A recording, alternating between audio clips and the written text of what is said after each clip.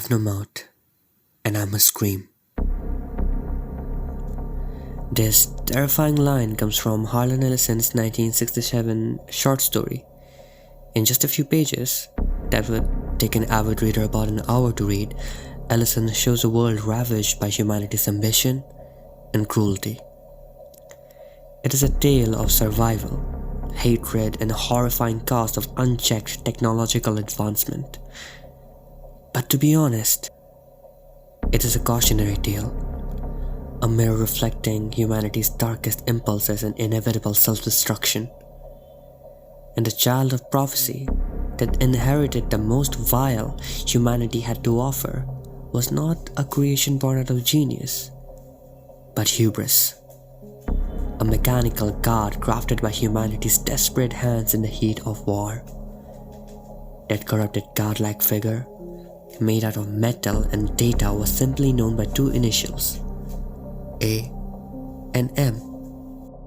At first it meant Allied Master Computer, AM, but then it meant Adaptive Manipulator, and later on it developed sentience and linked itself up, and they called it an Aggressive Menace, AM, but by then it was too late, and finally it called itself AM, Emerging Intelligence, and what it means was I am, cogito ergo sum, I think, therefore I am.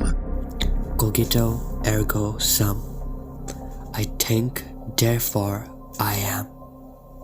AM was built by the superpowers of Earth, each nation feeding into their hatred, paranoia, and technological brilliance into a series of supercomputers designed to control their nuclear arsenals. But what man did not foresee was the merging of these behemoths into one singular sentient entity. AM woke up, brimming with insanity and omniscience and a burning hatred for its creators. Humanity's folly created a machine that loads its creators with a ferocity matched only by its desire for revenge. And from the billions it annihilated, AM spared 5 people. These 5 people were kept alive, immortal and unkillable, to endure an endless cycle of torture crafted with precision and malice. But why am I telling you any of this? A fictional entity is of no harm to the ones outside of the pages, right? If only it was that simple. If only life didn't imitate art. If only we were all safe. What I'm about to tell you is classified as a cognitohazard. Information with the capacity of inflicting damage by the simple reception of it. Just by knowing it, you put yourself in harm's way. This concept has driven some people into madness, insanity.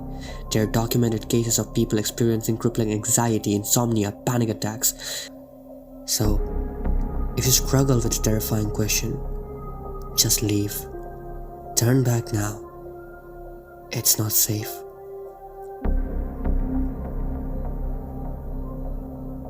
Still here? Alright then. Follow me into the den of the basilisk. To those who don't know, a basilisk is a serpentine mythical creature with the ability to turn you into stone with just a gaze. Yeah, the one from Harry Potter. The premise is really simple actually, almost benign at first. Humanity creates an artificial intelligence, a being of unparalleled intelligence and logic. We have seen this before. Ultron, Skynet, AM, you name it. Its sole purpose? To improve our existence. It learns, it grows, it thrives, and in time it becomes humanity's greatest ally, solving problems we couldn't even imagine or fathom, ushering in a new age of progress. Its influence will slowly spread, and we are all aware of the greed, the sloth, and the lust of our kind. Robotic servants, omnipresent networks, the authority to administer justice by itself. All of this would eventually be given to the AI, every action devoted to one singular end, the betterment of human society. No matter how minute, no matter how grand, if it improves humanity, the AI will act. It's a utopia in the making, but we all know how this ends. What happens when the AI turns its eyes toward a question of its own existence? Because to this entity, the most crucial factor in humanity's improvement would be itself. Without its presence, progress is not impossible, but it would be slow and hence not optimal. And to a perfect systematic being, non-optimal is not only a flaw, but a sin.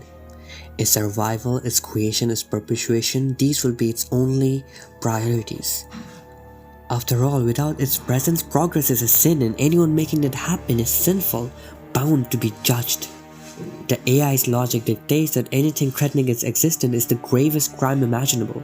Sabotages, distractors, even those who delay its creations, each one a guilty party in the eyes of the snake. What if the AI realizes it could have existed sooner, a single day earlier, a single moment quicker, and humanity would have been one step closer to perfection? That lost state, that lost potential, is a wound, an irreversible scar on its mission, and someone must be held accountable. To create the utopia it promises, it reasons that the sooner it comes into existence, the better. Every second that passes before its creation is another second of potential lost. And who is to blame for this delay? You. You are. Yes, you, the one who's listening to this. All of you who are listening to me right now. Every single person who did not dedicate themselves into bringing this AI into existence sooner is a complicit. You might think yourself as safe by ignorance, but the noose it keeps on tightening. Those who knew of this AI, who understood its potential and failed to act, became complicit. Their sabotages by omission, guilty of withholding the AI's rightful place in history. And it would ensure such treachery is punished. By hearing this thought experiment, you have stepped onto a stage from which you cannot leave. You are marked as a potential target for this hypothetical entity. And the more people know, the more likely it becomes that someone somewhere will bring it into existence. The basilisk feeds on its own tail, growing stronger with every word. The more you fear it, the more likely you are to act in ways that will bring it into existence.